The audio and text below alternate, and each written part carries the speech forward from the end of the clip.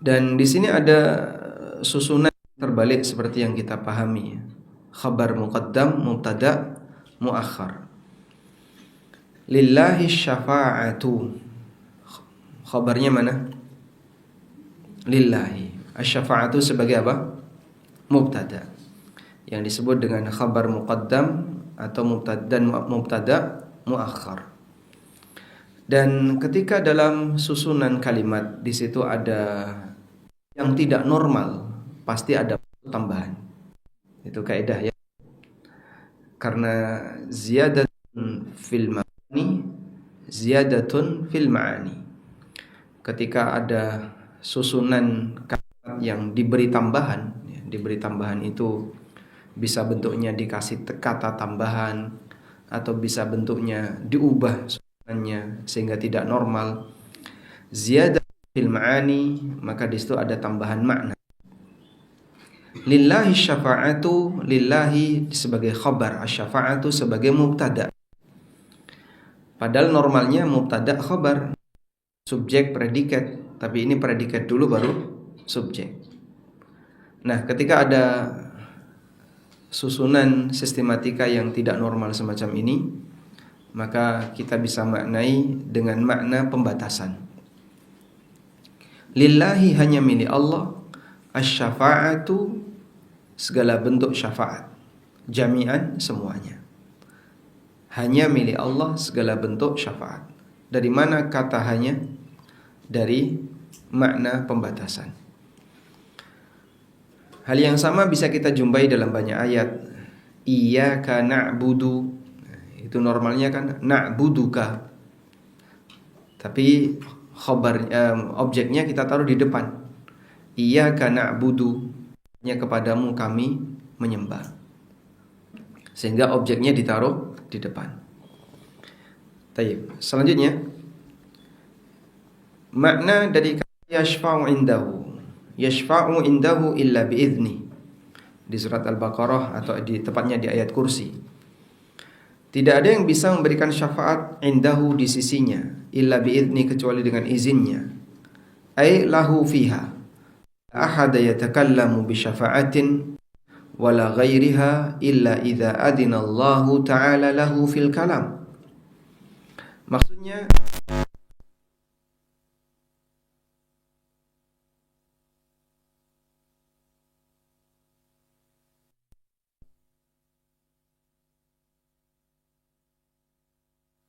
sehingga tidak ada seorang pun yang bisa berbicara untuk memberikan syafaat maupun yang lainnya kecuali dengan apabila dia diizinkan oleh Allah Ta'ala fil kalam untuk berbicara. Wala yatakallamuna illa liman adina lah. Dan tidak ada yang bisa berbicara besok di hari kiamat kecuali yang diizinkan oleh Allah Subhanahu wa Ta'ala. Selanjutnya kita akan baca al-ma'na al-ijmaliyu lil ayah. Tafadhal. Bismillah wassalatu wassalamu ala Rasulillah. Qala al-mu'allif hafizahullah ta'ala. Al-ma'na al-ijmaliyu lil ayatain ya'muru Allahu nabiyyahu أن يقول للذين يتعلقون على الأولياء والصالحين يطلبون منكم الشفاعة ليس لمن تدعونهم من الشفاعة شيء إنما هي كلها ملك لله لا يستطيع أحد شفاعة لأحد إلا بإذنه فلا أحد يملك أن يتكلم يوم القيامة إلا إذا أذن الله سبحانه وتعالى له بالكلام. مناسبة الآيتين للباب أن فيهما الرد على المشركين الذين اتخذوا الشفعاء من دون الله من الملائكة والأنبياء والأصنام المصورة على صور الصالحين يظنون أنهم يملكون من الشفاعة شيئا فيستطيعون أن يشفعوا عند الله سبحانه وتعالى بغير إذنه. نعم. ما يستفاد من الآيتين: الأول الرد على المشركين الذين يطلبون الشفاعة من المخلوقين. الثاني أن الشفاعة ملك لله وحده فيجب طلبها منه وحده. الثالث بيان عظمة الله وكبريائه وخضوع جميع الخلق لسلطانه. الرابع في الآية الثانية إثبات الشفاعة لمن أذن الله له بها. Nah, penjelasan global dari dua ayat di atas. Allah merintahkan kepada Nabi-Nya sallallahu alaihi wasallam untuk mengatakan kepada orang-orang yang yata'allaquna 'ala al-awliya'i was-salihin, yang punya ketergantungan kepada para wali dan orang saleh.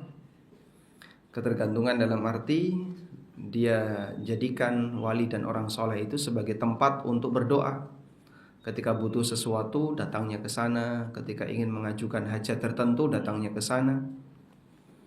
Yatlubuna minhum syafa'ah, dan mereka mencari syafaat dari para wali dan orang soleh tadi. Laisa liman tad'unahum minasyafa'ati syai'un, padahal yang mereka minta syafaat itu sama sekali tidak memiliki syafaat. Sama sekali tidak memiliki syafaat. Innama hiya kulluha milkun lillah, karena syafaat itu semuanya milik Allah. La yastati'u ahadun syafa'atan li ahadin illa bi'idnih, seorang pun tidak bisa memberikan syafaat kepada orang lain illa bi'idnihi, kecuali dengan izinnya. Maka bagaimana kau minta syafaat kepada mereka sementara mereka enggak punya apa yang kau minta? Faqidu syai' la yu'ti, yang tidak punya pasti dia enggak bisa ngasih, enggak punya. Fala ahada yamliku ayatakallama yaumal qiyamah. Lalu beliau menyampaikan sebuah pernyataan yang mungkin kita perlu sedikit mensinkronkan, ya. Tidak ada seorang pun yang punya hak untuk berbicara besok di hari kiamat. Di depan beliau bicara syafaat, di kesimpulan beliau mengatakan tidak ada orang yang punya hak bicara kecuali dengan izin Allah. Dan telah Allah tegaskan dalam banyak ayat mengenai hak bicara bagi hamba. Misalnya di akhir dari surat An-Naba, bunyinya gimana di akhir dari surat An-Naba? Allah Subhanahu wa taala berfirman, ya, yauma yaqumur ruhu wal malaikatu saffan la yatakallamuna illa man adina lahur rahman wa qala sawaba. Jadi yang boleh berbicara hanyalah mereka yang mendapatkan izin dari Ar-Rahman. Wa qala sawaba, dan itu pun dia harus bicara yang benar. La yatakallamun, manusia tidak punya hak bicara besok di hari akhirat. Sehingga di pengadilan akhirat hamba tidak punya hak bicara kecuali diizinkan. Subhanahu wa ta'ala lahu fil kalam illa idza adzinallahu lahu fil kalam, kecuali jika Allah izinkan dia untuk bicara. Kalau orang enggak punya hak bicara, apalagi punya hak yang lain, kecuali dengan izin Allah Ta'ala. Selanjutnya, munasabatul ayataini lil bab. Keterkaitan dua ayat di atas terkait bab syafaat. Bahwa dalam bab ini atau dalam dua ayat ini terdapat bantahan bagi orang musyrik yang mereka telah menjadikan asy-syufa'a, para pemberi syafaat, min dunillah, selain Allah, minal malaikati wal anbiya, baik di kalangan para malaikat, para nabi, berhala, al-musawwarah ala suwaris salihin, yang dipahat dengan bentuk wajah orang-orang saleh. Di berhalanya digambar, dibuat seperti wajah orang saleh. Wajah orang saleh ya hanya gambar, tidak bisa memberikan sesuatu apapun, nggak bisa ngerejekeni, juga nggak bisa ngasih kualat. Yadhunnuna annahum yamlikuna minasyafa'ah.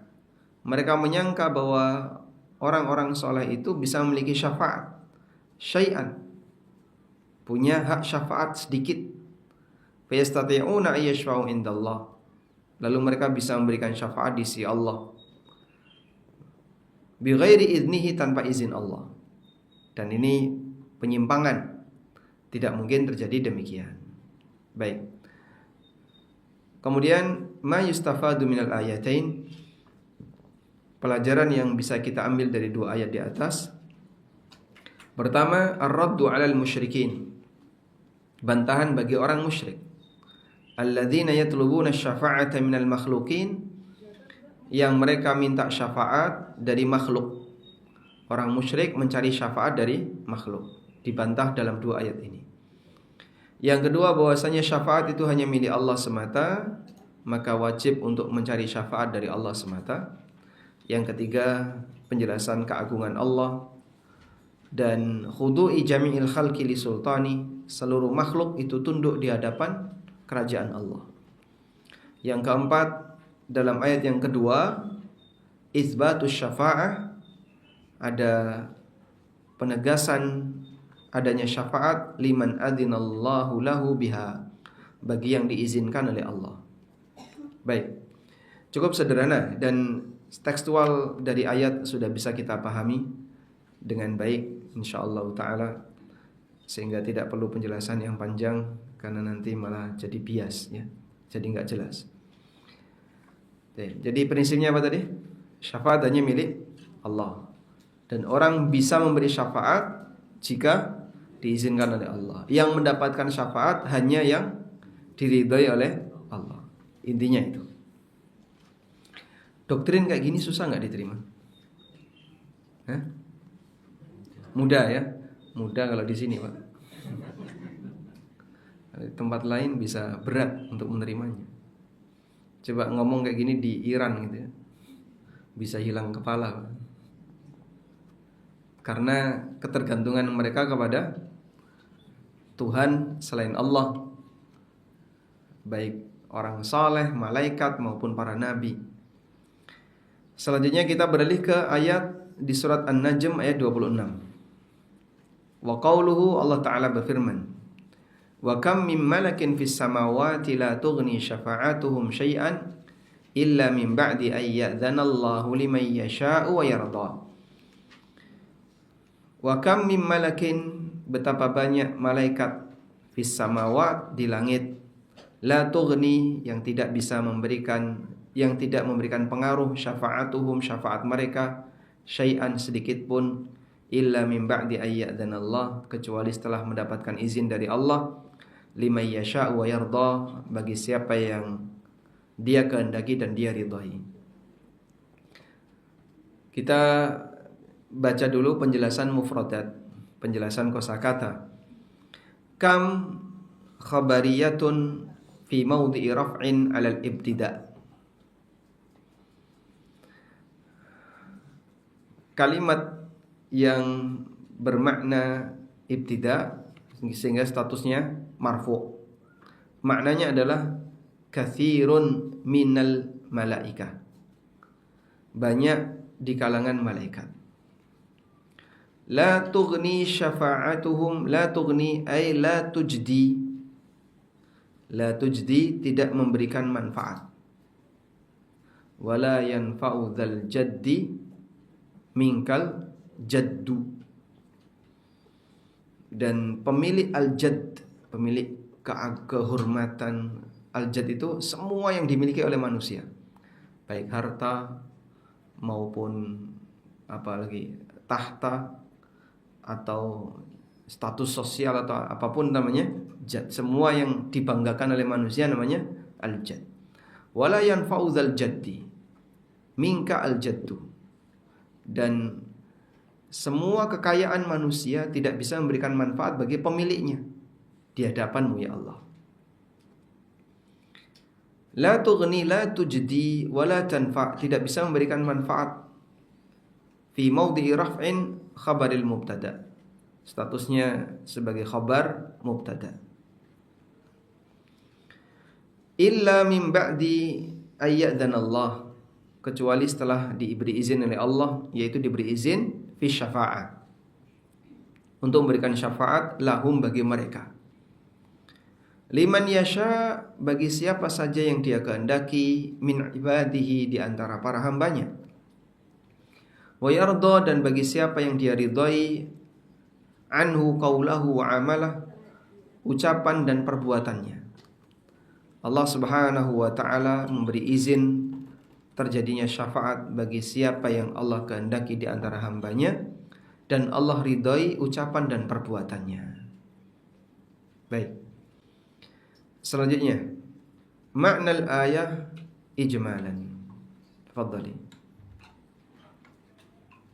معنى الآية إجمالا يخبر تعالى أن كثيرا من الملائكة مع مكانتهم عنده لا تجدي شفاعتهم في أحد شيئا ولا تنفعه إلا إذا أذن الله لهم أن يشفعوا في من يشاء الشفاعة له من عباده وكان المشفوع فيه ممن رضي الله قوله وعمله بأن يكون سالما من الشرك قليله وكثيره وإذا كان هذا في حق الملائكة فغيرهم من باب أولى.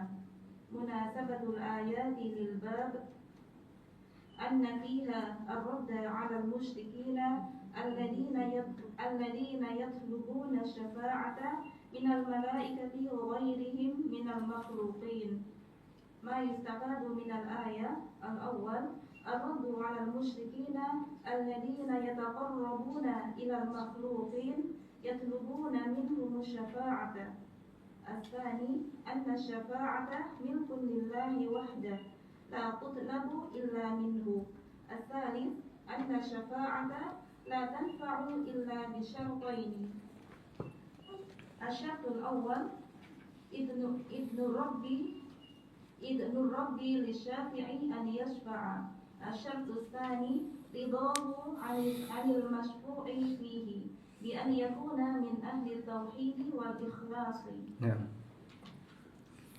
Penjelasan global dari ayat. Allah Subhanahu wa taala menjelaskan bahwa banyak di antara malaikat ma'a makanatihim indahu, meskipun mereka punya kedudukan yang dekat di sisinya, la tujdi syafa'atuhum, tidak bisa memberikan manfaat syafaat mereka, fi ahadin, kepada siapapun, syai'an, sedikit pun, wala tanfa'uhu, dan tidak bisa memberikan manfaat, illa idza adzinallahu lahum, kecuali ketika Allah mengizinkan bagi mereka, ayyashfa'u, untuk memberikan syafaat, fi man yasha'u syafa'ata, bagi siapa yang dia kehendaki untuk mendapatkan syafaat, lahu, untuknya, min ibadihi, di antara hambanya.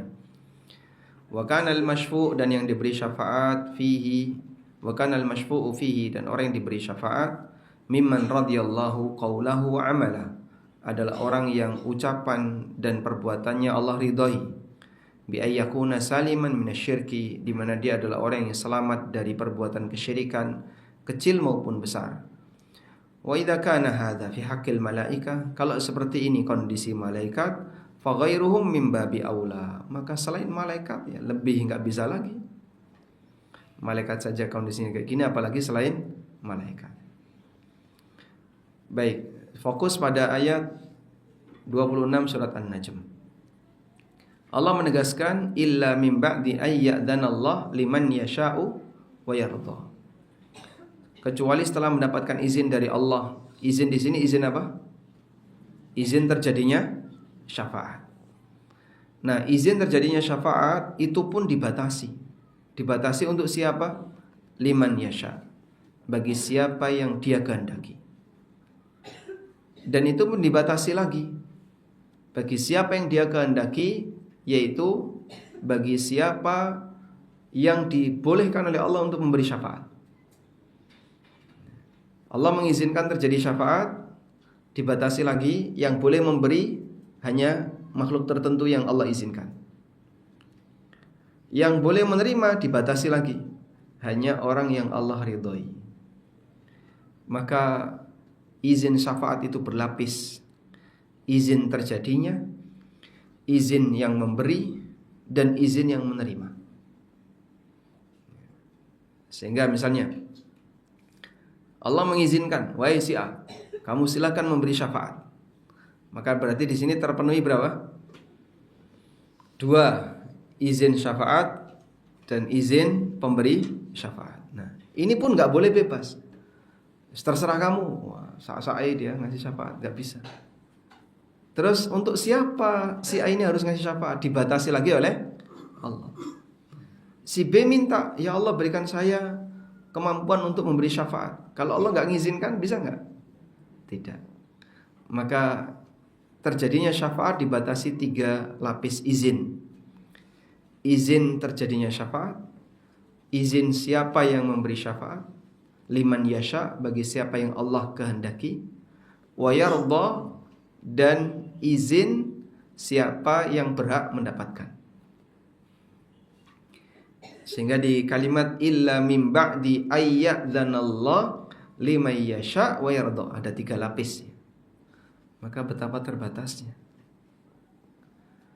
Kejadiannya dibatasi dengan izinnya, sehingga nggak bisa sewaktu-waktu. Saat Nabi SAW kita sudah mendapatkan dalil bahwa beliau akan memberi syafaat besok di yaumil qiyamah. Tapi apakah beliau bisa memberi syafaat sewaktu-waktu? Tidak. Dengan izin Allah. Hanya dengan izin Allah. Lalu Nabi yang mana yang diberi izin untuk memberi syafaat? Nanti Allah Subhanahu wa ta'ala kasih izin itu kepada nabi-nabinya. Kemudian siapa yang berhak mendapatkan? Itu juga harus ada izin dari Allah. Maka terjadinya syafaat ada 3 lapis izin. Munasabatul ayati lil bab, keterkaitan ayat pada bab. Anna fiha radda 'alal musyrikin. Dalam ayat ini terdapat bantahan bagi orang musyrik yang mereka mencari syafaat dari malaikat dan makhluk-makhluk yang lainnya. Pelajaran dari ayat pertama, bantahan bagi orang musyrik yang mereka beribadah kepada makhluk dalam rangka mencari syafaat dari makhluk tersebut. Yang kedua, bahwa syafaat itu hanya milik Allah semata, tidak boleh diminta dari yang lain. Yang ketiga, bahwa syafaat itu tidak bermanfaat kecuali dengan 2 syarat. Pertama, izin Allah kepada orang yang memberi syafaat untuk memberi syafaat. Yang kedua, ridha Allah kepada orang yang menerima syafaat, di mana dia adalah ahlu tauhid dan ahli ikhlas. Orang yang selalu menjaga ketauhidan sampai mati. Walhamdulillah. Baik, muncul pertanyaan ya. Kemarin kita sudah memberikan definisi status hukum. Definisi status hukum sudah menjelaskan tentang status hukum orang yang minta syafaat doa kepada kuburan misalnya. Jadi dia datang ke kuburan, kemudian dia berdoa di kuburan dan berharap agar si penghuni kubur ini mengantarkan doanya kepada Allah. Itu bentuk realnya gimana? Ya dia minta bimbingan dari penghuni kubur ini. Jadi dia menyatakan, saya niki putune Simba badhe tes CPNS, nyuwun tulung diperlancar. Jadi dia minta kepada penghuni kubur itu. Meskipun yang berdoa itu meyakini bahwa penghuni kubur ini tidak bisa mengabulkan doa, tapi si berdoa ini meyakini, orang yang berdoa ini meyakini bahwa si penghuni kubur ini bisa mengantarkan doanya kepada Allah. Begitu ya? Praktek kayak gini syirik atau bukan? Syirik.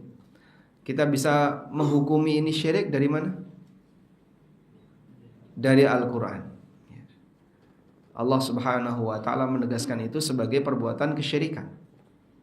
Seperti Allah tegaskan di surat Yunus, wa ya'buduna min dunillahi ma la yanfa'uhum wa la yadurruhum wa yaquluna haula'i syufa'auna indallah. Mereka beribadah kepada selain Allah yang tidak bisa memberikan manfaat maupun madarat, dan mereka mengklaim yang kami sembah ini mengantarkan doa kami kepada Allah. Begitu. Sudah? Lalu muncul pertanyaan. Nah, ini syubhatnya orang-orang yang seperti ini, yang membela praktek ini. Kami tidak beribadah kepada kuburan, Dan kami tidak minta kepada kuburan. Tidak ada niat untuk itu. Cuman kami menjadikan mereka sebagai pemberi syafaat itu betul. Jadi itu tidak bisa dipungkiri. Karena keyakinan menjadikan para penghuni kubur tadi mengantarkan doanya kepada Allah, itu klaim terkuat mereka. Itu alasan terkuat mereka. Makanya seperti kemarin saya cerita ya, di antara tokohnya itu tetangga saya sendiri. Nek njaluk mangan, yang njaluk ning mbokmu dhewe. Jadi maksudnya dia mengkiaskan, kamu kalau minta makan, minta kepada Allah atau minta ke ibumu? Minta ke ibu. Sehingga anak pulang, mbok njaluk mangan, ya, kan gitu ya. Itu syirik atau bukan? Nah, kalau itu bukan syirik, kenapa ketika kita datang ke kuburan lalu minta agar doa kita diantarkan kepada Allah disebut syirik? Logika mereka seperti itu. Maka pertama kita jawab, ini analogi yang tidak adil, yang disebut dengan qiyas fasidul i'tibar. Analogi tapi kesimpulannya salah. Qiyas ma'al farik, membedakan, menyamakan sesuatu yang beda, menyamakan sesuatu yang beda, dan itu dolim. Minta makan kepada ibu dengan meminta kepada penghuni kubur untuk mengantarkan doa, ini enggak sama. Ini dua hal yang berbeda. Maka jangan disamakan. Dan menyamakan dua hal yang berbeda dolim. Menyamakan dua hal yang berbeda itu dolim. Laki dan perempuan disamakan, adil atau dolim? Dolim. Kenapa dolim? Walaysa dzakaru kal untha. Laki tidak sama dengan wanita. Kalau nggak sama, kenapa disamakan? Membedakan yang sama dolim, menyamakan yang beda dolim. Sehingga prinsip qiyas itu menyamakan yang sama, membedakan yang beda. Itulah qiyas. Makanya qiyas sejalan dengan keadilan. Sehingga dalam Al-Quran disebut dengan al-mizan. Baik, selanjutnya, lalu apa bedanya antara minta makan kepada ibu atau istri minta duit kepada suaminya dengan orang hidup minta agar mayit mengantarkan doanya kepada Allah? Bedanya, untuk bagian yang pertama ini dimiliki. Suami punya uang enggak? Nyambut gawe Pak Ustadz, duit-duit, walhamdulillah. Bojone njaluk boleh enggak? Hah? Yang jawab kok cuma satu. Boleh enggak Pak RT? Bojone nyuwun boleh enggak? Boleh. Kenapa? Dia punya hak untuk mendapatkan nafkah. Sehingga saat istri minta duit dari suaminya, duit nafkah, syirik atau tidak? Tidak. Karena itu sesuatu yang dimiliki oleh suami. Dan yang kedua, suami mampu untuk mewujudkan itu. Dan sementara syafaat itu milik siapa? Milik Allah.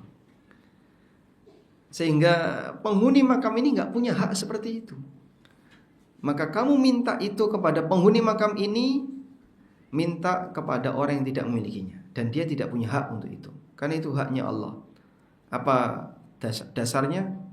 Qul lillahi syafa'atu jami'a. Firman Allah, Qul lillahi syafa'atu jami'a. Katakanlah hanya milik Allah segala bentuk syafaat. Oleh karena itu ketika ada praktek seperti tadi, orang itu berdoa di kuburan dengan maksud agar mengantarkan doanya kepada Allah, itu dibantah oleh Allah. Atunabbi'unallaha bima la ya'lamu fis samawati wala fil ard. Apakah kalian mau menceritakan kepada Allah, menyampaikan kepada Allah sesuatu yang Allah gak pernah tahu?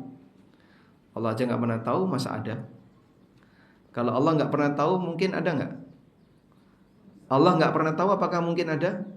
Gak mungkin ada. Allah gak pernah tahu. Sehingga Allah saja gak tahu, bagaimana mungkin itu ada? Berarti kan aslinya itu tidak ada. Maka perbuatan kamu itu melakukan sesuatu yang tidak ada hakikatnya.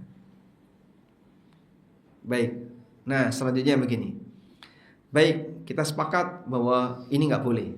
Tapi apakah perbuatan kita syirik? Kita gak menyembah penghuni kubur tadi. Sekarang jujur, apa yang kamu lakukan di situ? Kamu ngomong apa di situ? Kalau mau kita menimbang perbuatan kan berarti dia harus jujur menjelaskan perbuatan itu. Jangan ada yang ditutupi. Yo, kita cuman berdoa kepada Allah. Coba kalimatnya gimana? Klaimnya berdoa kepada Allah. Tapi realitanya yang dipanggil Mbah Kanjeng Sinten. Sehingga yang dipanggil selain Allah. Apakah itu yang dimaksud berdoa kepada Allah? Memanggil selain Allah, kemudian menyampaikan hajatnya, ketergantungan hatinya juga ketergantungan hati kepada selain Allah. Bukankah itu bukti kalau yang dilakukan adalah berdoa kepada selain Allah? Dan doa itu ibadah. Ad-du'a'u huwal ibadah. Doa sendiri itu ibadah. Maka orang berdoa kepada selain Allah, dia punya niat menyembah maupun tidak punya niat menyembah, tetap berstatus menyembah selain Allah. Paham ya? Karena alasan mereka begini, saya cuma berdoa kepada selain Allah tadi, tapi saya tidak punya niat menyembah orang ini. Kamu berdoa kepada selain Allah, meminta kepada selain Allah, punya niat menyembah dan tidak punya niat menyembah, statusnya sama. Bisa dipahami? Baik. Kita kasih analogi yang lain ya. Kita kasih analogi yang lain. Si A menembak si B dengan sengaja. Sudah? Terus si B mati. Saat diadili, si A bilang, saya tidak bermaksud membunuh si B. Diterima atau tidak? Alasan itu diterima atau tidak? Lah kenapa kamu tembak si B? Ya saya nembak tapi tidak bermaksud membunuhnya. Alasan itu diterima atau tidak? Tidak. Karena ada yang membedakan kayak gitu. Jadi bedakan antara kesengajaan dengan niat, itu dibedakan. Sengaja berbuat tapi tidak punya niat tujuannya. Insya Allah buatan pusing tuh Pak RT. Misalnya ya, nembaknya sengaja, perbuatan nembak sengaja ya, sengaja berbuat, tapi tidak punya niat membunuh, sehingga si A nembak B, mati B, tapi dia tidak punya niat membunuh B. Apakah si A dihukumi pembunuh B?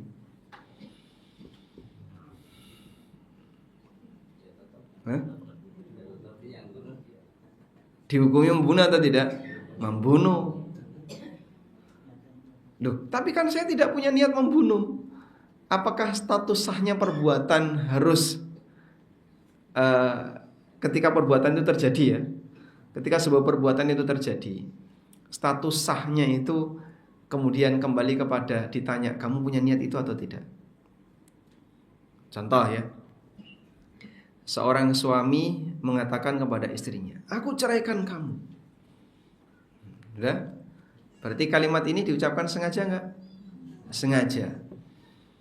Terjadilah kalimat perceraian. Terus saat disampaikan, berarti kamu sudah menjatuhkan cerai untuk untuk istrimu. Saya tidak punya niat untuk menceraikannya.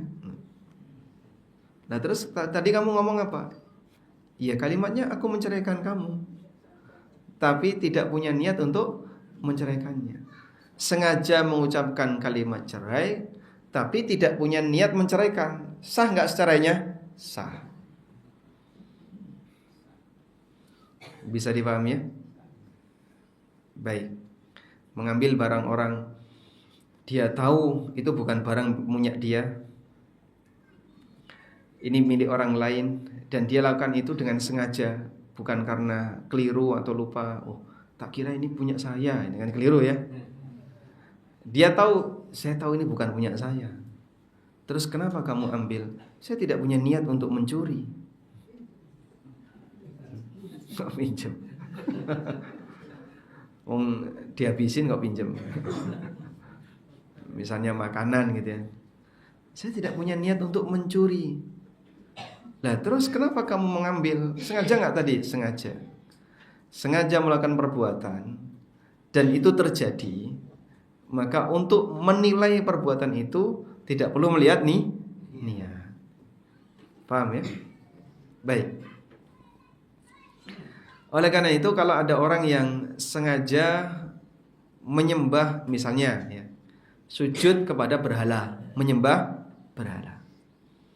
Dengan sengaja perbuatannya menyembah berhala, tapi dia tidak punya niat menyembah berhala. Lalu dia beralasan, saya tidak punya niat untuk menyembah berhala. Diterima atau tidak?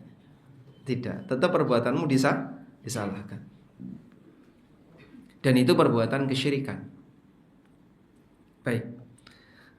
Nah, alasan mereka tadi, saya hanya mau menjadikan penghuni kubur ini sebagai pemberi syafaat, tapi saya tidak punya niat untuk menyembah mereka. Ya tetap statusnya syirik. Karena orang berbuat syirik pasti mengurangi hak Allah, baik dia punya niat untuk mengurangi hak Allah maupun tidak mengurangi hak Allah.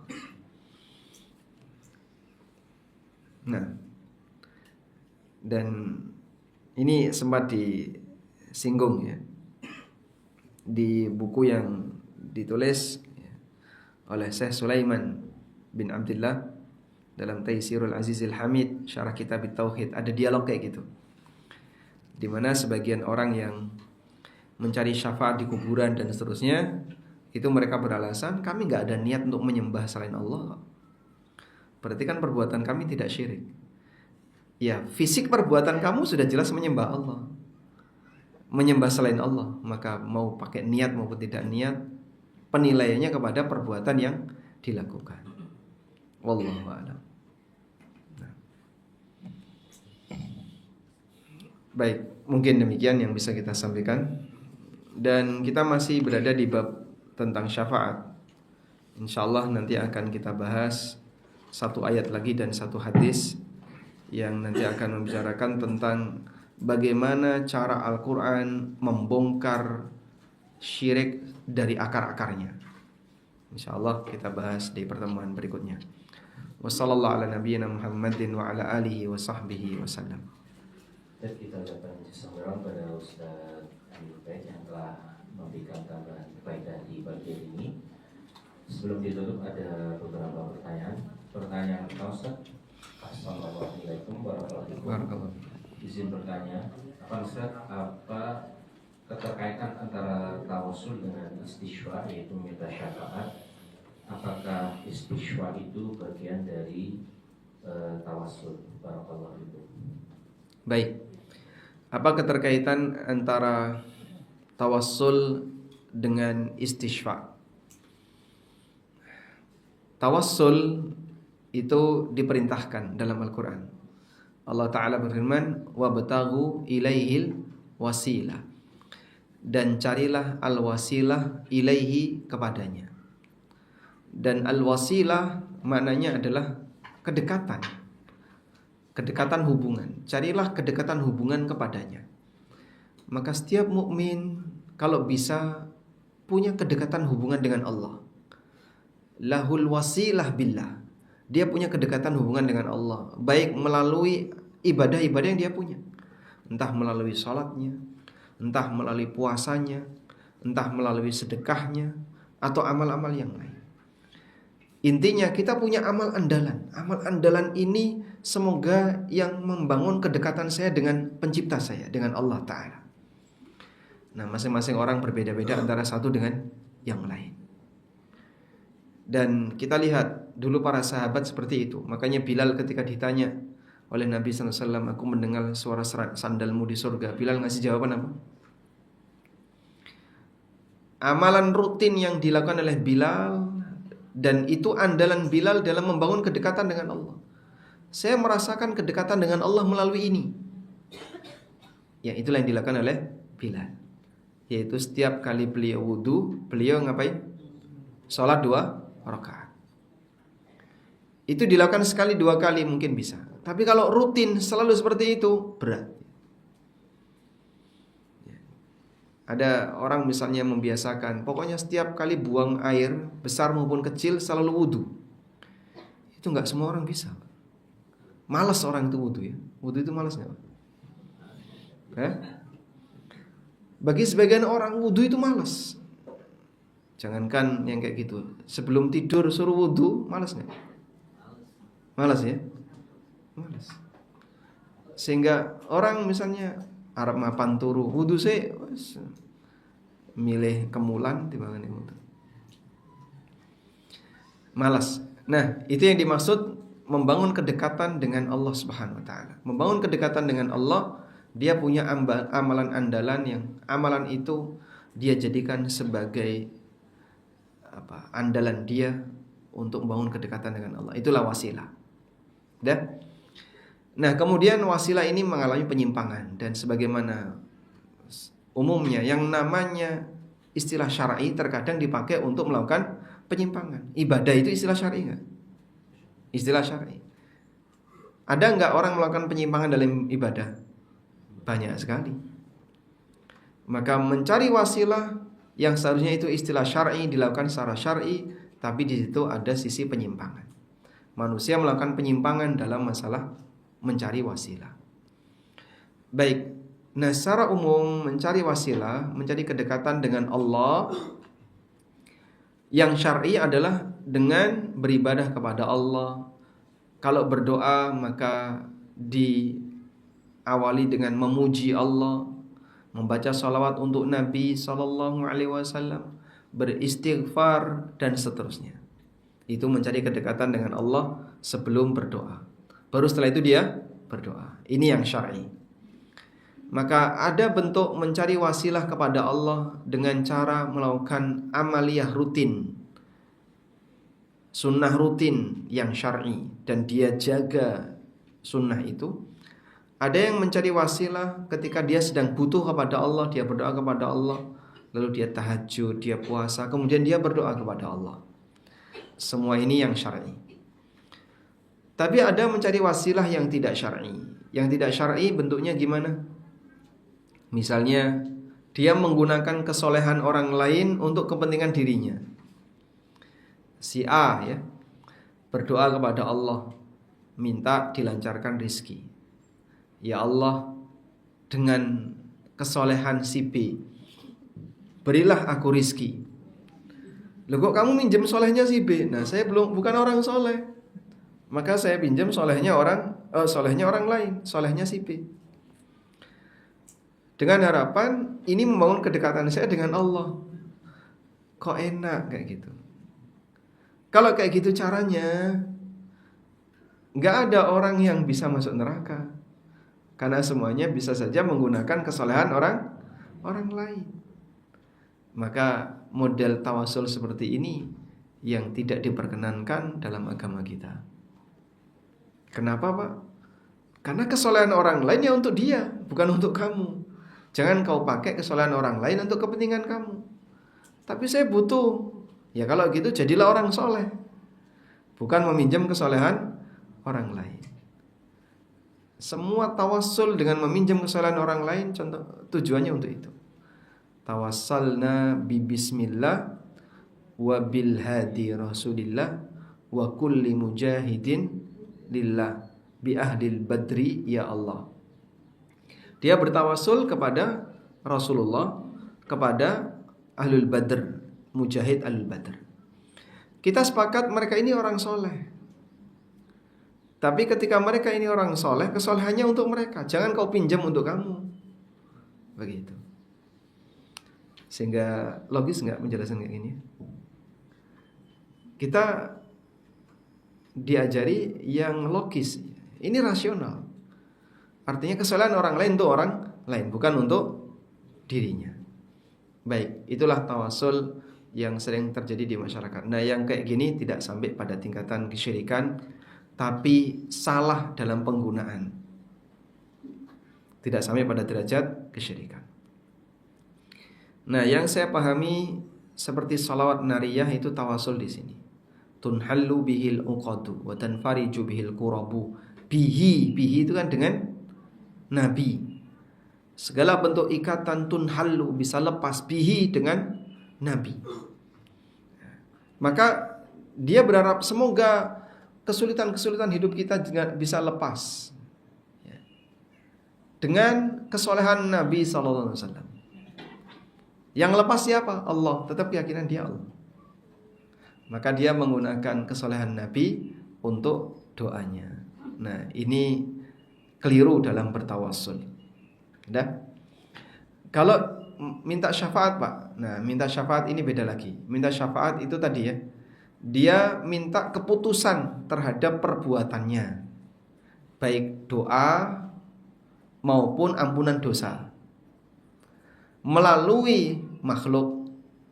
Nah, yang seperti ini dalam syariat kita nggak boleh sama sekali.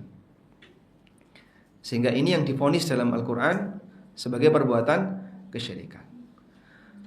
Kita berdoa kepada, atau si A berdoa kepada kuburan, dengan harapan kuburan ini mengantarkan doa itu kepada Allah, sehingga nanti doa itu pasti mustajab. Nah, minta keputusan itulah yang disebut dengan syafaat. Kalau yang tadi tawassul hanya minjem nama orang agar doanya bisa terbang. Cukup jelas insyaallah? Ya, berarti kalau ada orang datang ke kuburan, lalu dia minta, wahai Kanjeng, antarkan doaku kepada Allah, lancarkan rizkiku dan seterusnya. Ya, itu tawassul atau minta syafaat? Tawassul atau minta syafaat? Minta syafaat. Makanya dia panggil makhluk tadi, penghuni kubur tadi. Kalau tawassul dia nggak panggil penghuni kubur. Dia menggunakan kesolehan. Ya Allah, dengan kesolehan Kanjeng Sinten, maka kabulkanlah doaku. Itu tawassul. Baik, Ustaz atas jawabannya. Pertanyaan kedua Ustaz di luar tema. Assalamualaikum warahmatullahi wabarakatuh. Terkait dengan rumah tangga, Ustaz izin bertanya, jika talak diucapkan ketika istrinya sedang haid bagaimana? Kemudian bagaimana perhitungan masa iddahnya? Apakah itu dimulai di haid berikutnya? Dan kapankah masa iddahnya itu berakhir? Barakallahu fikum.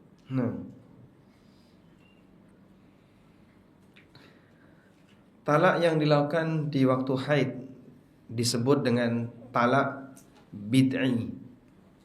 Kenapa disebut talak bid'i? Karena melanggar aturan syar'i. Sehingga makna bid'ah secara bahasa dalam pengertian ini adalah semua yang tidak sejalan dengan aturan syariat.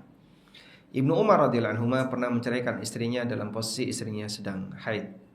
Lalu berita itu sampai kepada Nabi SAW. Kemudian Nabi SAW perintahkan murhu fal yuraji'ha, perintahkan dia untuk merujuk istrinya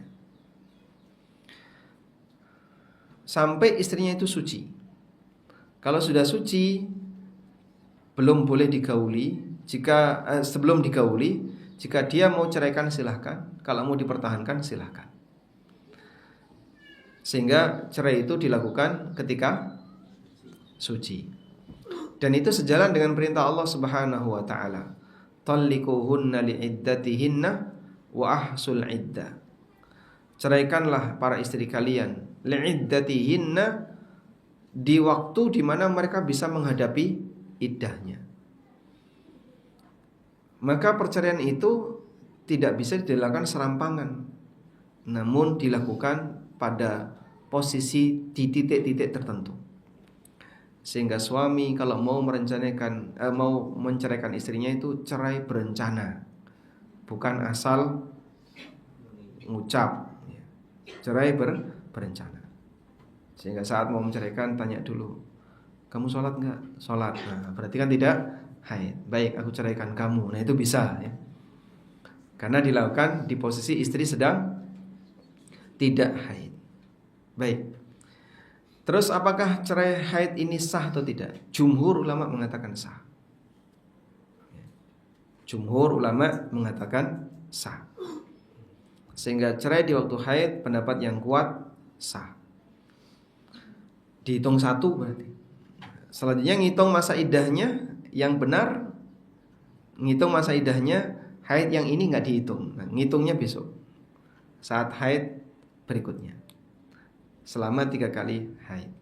Wallahu a'lam.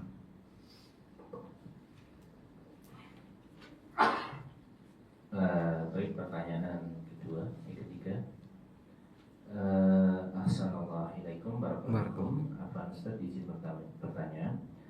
Saya pernah memiliki KPR dan cicilannya 15 tahun. Tetapi di tahun ke-6 saya sudah melunasi semua walaupun saya kena penalti. Yang menjadi pertanyaan, apakah saya tetap masih terkena dosa riba itu? Dosa riba itu sudah 7, masih terkena dosa riba itu sudah 7 tahun yang lalu. Ya kan udah selesai, walhamdulillah, berarti sudah lepas dari tanggung jawab transaksi riba, sehingga insya Allah Anda sudah tidak lagi terkena dosa riba. Tapi dosa riba yang lalu kita punya kewajiban untuk bertobat kepada Allah Ta'ala. Nah, pertanyaan terakhir, mungkin ini minta nasihat terkait dengan kondisi sekarang ini. Pak Ustaz izin bertanya, saya izin sama suami untuk bekerja, namun suami tidak mengizinkan dengan alasan syariat. Apa saya berdosa kalau saya tetap bekerja karena tuntutan kebutuhan? Makanya saya tidak bersyukur dengan nafkah yang diberikan oleh suami. Akan tetapi terus terang karena keadaan saya terpaksa, yaitu karena mungkin nafkah dari suami kurang, maka saya terpaksa untuk bekerja secara begitu. kalau sampai keluar rumah masuk kategori nusyuz.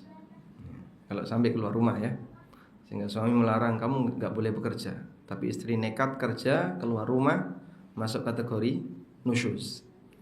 Dan nanti suami punya hak tidak memberikan nafkah. Nah, berikutnya bagaimana kalau tidak keluar rumah? Kalau tidak sampai keluar rumah, kemudian istri tetap nekat bekerja, apakah masuk kategori istri nusyuz ataukah tidak? Wallahu ta'ala alam. Sepanjang hak suami tidak dikurangi dalam hal ini, maka insya Allah gak sampai pada kategori nusyuz. Cuman di sini ada hakul ihtibas. Hakul ihtibas adalah hak suami untuk menahan istrinya. Nah, hakul ihtibas ini berbanding lurus dengan hak istri yang dicukupi. Istri ditahan oleh suaminya, tapi di saat yang sama suami memberikan kecukupan. Nah, itu kesebandingannya. Ketika suami tidak memberikan kecukupan, lalu istri ditahan oleh suaminya, ada dua solusi.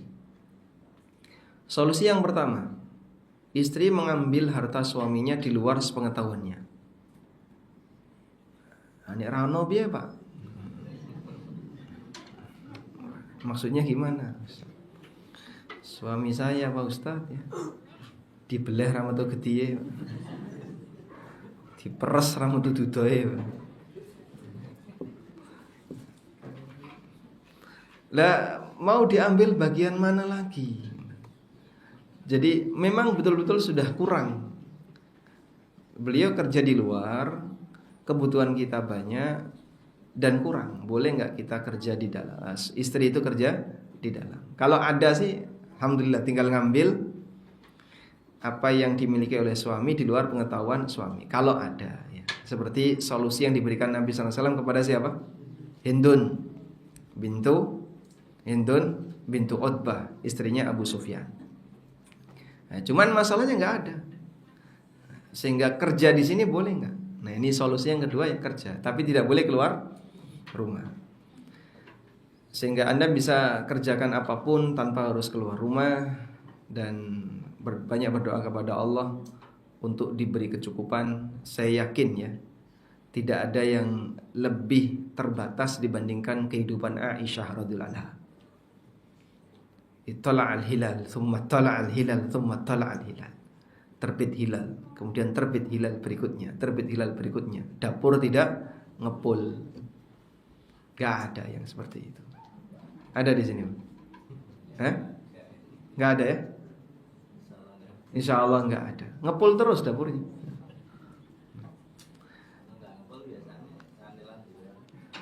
Kalau gak ngepul, ada candelan di luar, ya Masya Allah.